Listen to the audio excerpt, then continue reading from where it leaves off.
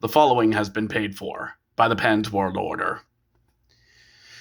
Well, Money in the Bank is here, boys and girls, and I bet the WWE is absolutely relieved as absolutely nothing of significance has happened this week in the WWE Universe.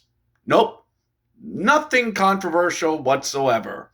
Absolutely none. All is well. All is well. Calm down, everyone. All is well. All is well. Not really. Okay. So, Money in the Bank is this coming Sunday. And let me just get this out about the R-Truth release. Look, I'm indifferent. Wrestlers get released and moved all the time. The timing of it is bad. The optics is bad. The emotional explosion by the IWC is amazing and cringy at the same time. But overall, if you take the emotion out of it and take a step back, yeah, it sucks that it happened. The timing's really bad, but R-Truth will be fine.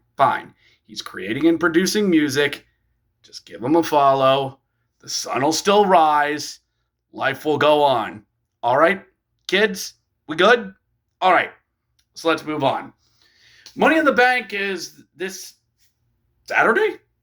Saturday. Okay. Is this Saturday as it takes place in Los Angeles, California? Will be taking place at the Inuit Dome there in Inglewood, California, where the LA Clippers play. To any of you going to the show, good luck paying $75 to park in the parking garage connected to the arena. I'm not kidding. It's $50 just for a Clippers game. So only imagine what's going to cost for a premium live event. Yeah, with skyrocketing ticket prices and PR nightmares this past week, it's going to be rather interesting where the show actually goes. 4 matches are on the board for this. Oh boy. We've also got When Worlds Collide also. Oh boy. Yeah. Oh, there's going to be a lot of content throughout 2025, and it's only going to keep going as we get through the summer. This is my predictions for Money in the Bank 2025. Let's go. We'll start with, Lyra Valkyria versus Becky Lynch. For the women's IC title. I try to do non-title matches first, but with this card, So Lyra Valkyria versus Becky Lynch. If Lyra wins, if Valkyria wins, okay, they've got this. Okay, Wikipedia's got this all sorts of messed up. If Becky Lynn wins, Lyra must raise Becky's hand and acknowledge Lynch as the better woman. If Becky loses, she can no longer challenge for the IC title as long as Lyra is champion. Confused? Good. I'm taking Becky in this. Because the stipulation says so. It's just okay. Considering we have Queen and King of the Ring coming up, the next time. Oh no, I meant the Saudi show. Whatever it is, you can't do this one more time. The next logical step is that if you do a trilogy of this, the third of this should take place at Evolution 2, the all-women show. And for this, everything points for Becky to win. But I thought this was Backlash. But Lyra losing this year could set up for an inevitable last woman standing match at SummerSlam there at MetLife. I'm just going to take Becky. I'm going to take Becky in this. Everything points to Becky to win. Lyra winning twice and Becky staying out of the IC title. I just don't get why you're doing all this feud only to have Becky lose twice and then have her not challenge again. Now, another way you could go with this is that Becky loses, she can't challenge, goes unhinged, and it just beats the tar out of Lyra, and we get a unsanctioned match at Evolution that's a non-title, but I think that's kind of pushing it with the title. Look, Becky just wins the title. This should have been done at Backlash, but let's stop overthinking this. Give me Becky. She wins the title, becomes insufferable, and we move on. Next! Up next is the tag match between John Cena and Logan Paul. Ugh. Gosh. Versus, hey, Cody's back. Cody Rhodes is back, and he's tagging with Jey Uso. He's Mr. Main Event. He's Mr. Last Man Up. He's Mr. Main Event. He's Mr. Last Man On. Friends call him Yeet Miser. Whatever he touch turns to yeet in his clutch. Ha ha. He's just too much. He's just too much. Yeet, yeet, yeet. Okay, I ran that joke as far as I can go. Eat your heart out, Buddy Holly. Yes, Jay and Cody taking on John Cena and Logan Paul in just a tag match. Because we need to give John something to do because we can't put the belt on the line here. You know, you had John Cena and CM Punk staring you right in the face. But we can't have Pepsi Phil lose now, can we? And upset the marks even more? Whatever. All right. This match, I hate to admit, this seems like a bathroom break. I'm sorry. Considering you're going to have a ladder match, it's probably going to be one of the ladder match to start. Lyra and Becky tag the other Money in the Bank to close out the show. Maybe a fifth might get added on SmackDown on Friday. I don't know. But, I mean, I'm sorry. This match doesn't put no toot in my horn. I'm sorry. This is a standard tag match where we don't really have anything to do with all four of these guys. So let's just put them in a tag match and wish them the best of luck. I mean, sure, Logan Paul's an insufferable prick who's disgustingly good at what he does. John Cena is being grumpy face John Cena, and I'll kind of agree with Adam Blampier. Maybe we put him with Logan Paul and people actually start booing him. Jay's title match is actually tomorrow night against Gunther. Actually, Monday night against Gunther. More on that in a little bit. And Cody Rhodes just returned at Saturday night's main event and wants revenge against John. I don't see Cena and Logan winning this. I think Logan eats the pin via shenanigans due to heel backfiring. Logan Paul goes for his buckshot lariat. Jay ducks, hits Cena. Jay with the splash. Cody crossroads. Something dark side, and Jay. Cody gets the pin. I don't care about this match. It means nothing. This match is junk food, everyone. All right? This is junk. You know what this is? This is a great big honking slice of taco pizza. You know what this is? It's a big greasy slice of thick crust, sauce, taco sauce, overflowing with cheese, ground beef, bacon, tomato, and maybe you put lettuce on it because you're feeling frisky. But it is empty calories, not good for you, junk food. That's what this match is. It means nothing, it is nothing, and solves nothing. I'm taking Jay and Cody. Next! I've ranted enough about this. Up next is, let's go with the men's Money in the Bank, as it's Solo Sikoa, LA Knight, yeah, Penta, Seth Rollins, Andrade, and El Grande Americano. So who wins this match, per se? Who wins this? Now, for all of you who don't know what Money in the Bank is, it is a briefcase suspended above the ring. It's a ladder match, boys and girls. And you grab the briefcase, you win, you'll carry around a briefcase for a year and has a guaranteed title shot whenever you want it. Whenever. It can be right after a match. It can be during a match to make it a three-way match. You can challenge for any title you want, but it guarantees you a title match within a year at your choosing.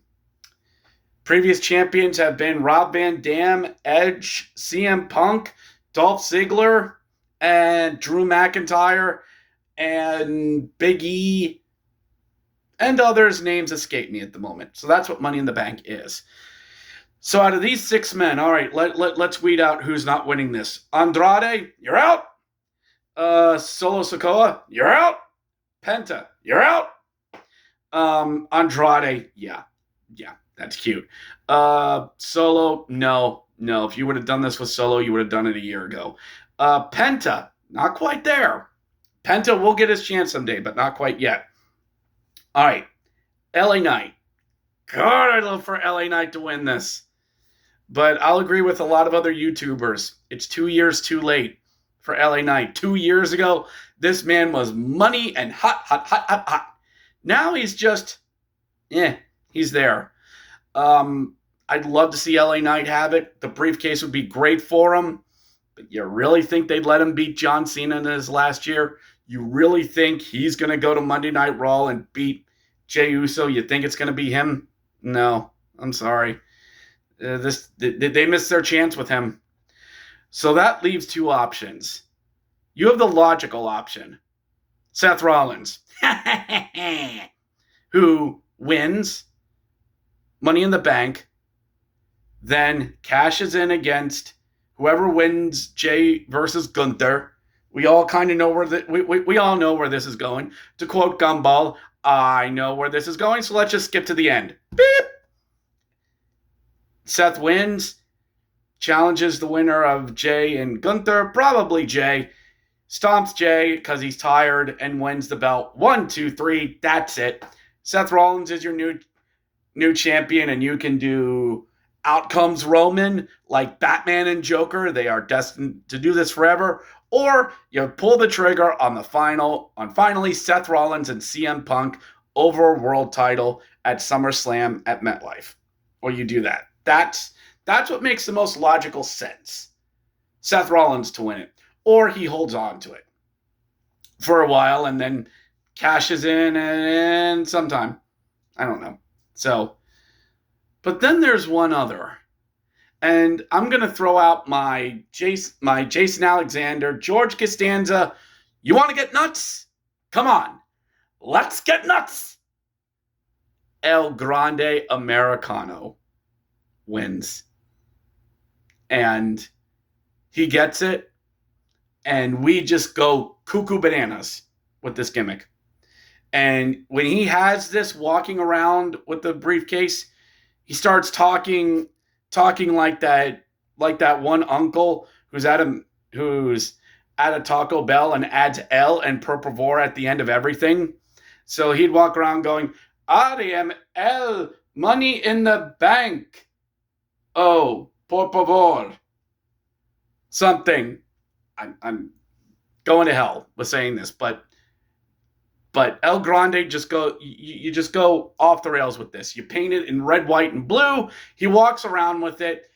Maybe Chad Gable walks around with the briefcase like, I own the briefcase. How'd you get that? I don't know. Who's Chad Gable? And you just play up the gimmick. I kind of like what I saw on Cultaholic in their 9 pitches video. Have El Grande win it, but challenge the AAA champion on Raw and have it for the AAA title on Raw, because that's technically a world championship. And then you have a AAA world championship match on Raw. That makes too much sense. But also, we've learned over this past week, Triple H does not like Money in the Bank that much. He does not like the briefcase. He hates it as a prop. He doesn't like it. So,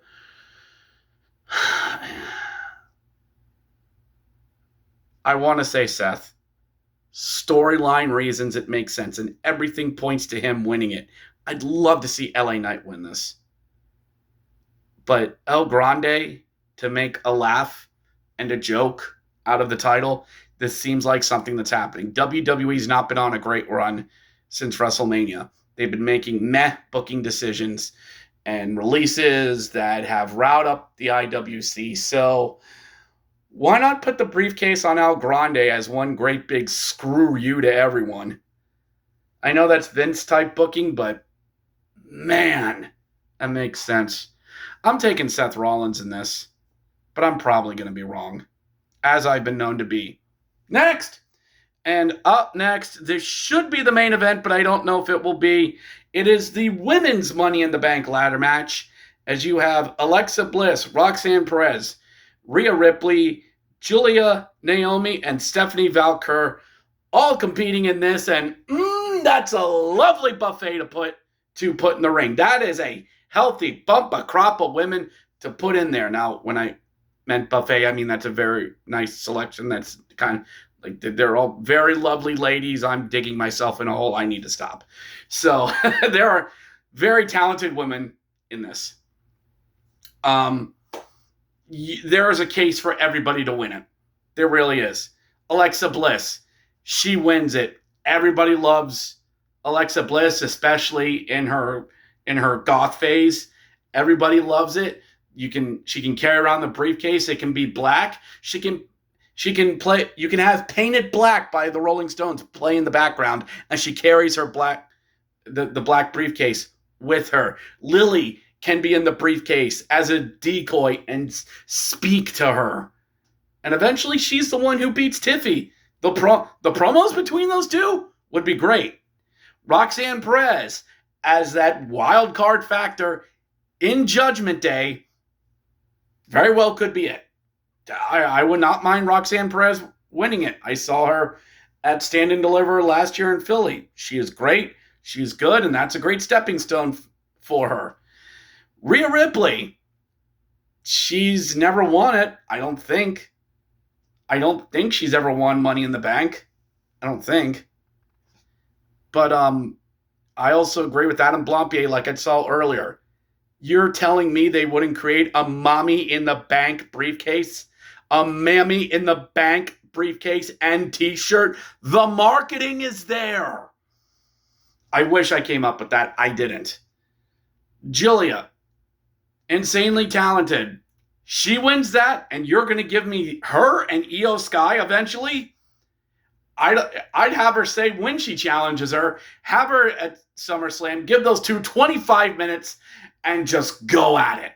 Then they absolutely could. Stephanie Valkyr, the new one up to the roster. That moment when you had Stephanie Valkyr and Rhea Ripley look at each other, you're like, oh my. Like George Takei, oh my. Those two having great matches, and her just carrying that briefcase around, challenging any title, is there. And then there's Naomi, who's been doing some really good heel work over the past couple months. Could you imagine with her briefcase wrapped around in that police tape, and this finally being the validation and vindication she's needed ever since this new gimmick happened back in February? Everybody's got a case. Everybody's got a case for the briefcase. So who wins it? I don't know. But you know what? By the way, that buffet line was just something that came to me. I'm not saying as this. I'm overthinking that. The buffet, man, it was a really nice spread. Really nice. I'm overthinking this. I'm sorry. Okay. ADHD mind. Sorry. All right. So how do I select who wins this? This is an extremely hard one to pick. But you know what? In times like this, I'm going with the Orichalcum's razor theory. The most obvious answer is the correct one. And I'm taking Rhea Ripley. I can't see Hunter. It's the most obvious. And sometimes you just take the most obvious. I'm going to take her winning. They need to get the belt back on her. And whether she gets it off of Io Sky, because we'll do Io and Rhea one more time, or she goes after Tiffy. That I wouldn't mind seeing either. They're obsessed with Rhea. The fans are obsessed with Rhea. Mommy in the Bank is too marketable. And again, that's not my credit for that. I think it's Rhea. The most obvious answer is the correct one, and that's what I'm going to take. I will probably be wrong. And honestly, any of those women winning, I don't have a problem with. I don't have a problem. If Stephanie Valcour gets it, it'll be great for her. I've already ran down the reasons for everyone. Jillia, Valcour, Perez, all great up and coming women's wrestlers would benefit from getting that. Bliss and Naomi, the seasoned veterans with new gimmicks, have a reason for getting that. And Rhea Ripley, because she's Rhea goddamn Ripley. So I'm taking Rhea Ripley. I'll probably be wrong. So that's my hacks predictions for Money in the Bank 2025. It'll be Saturday night. Enjoy the show, everyone, and I will be back on probably Tuesday with the hacks guide to Money in the Bank 2025. We'll catch you next time.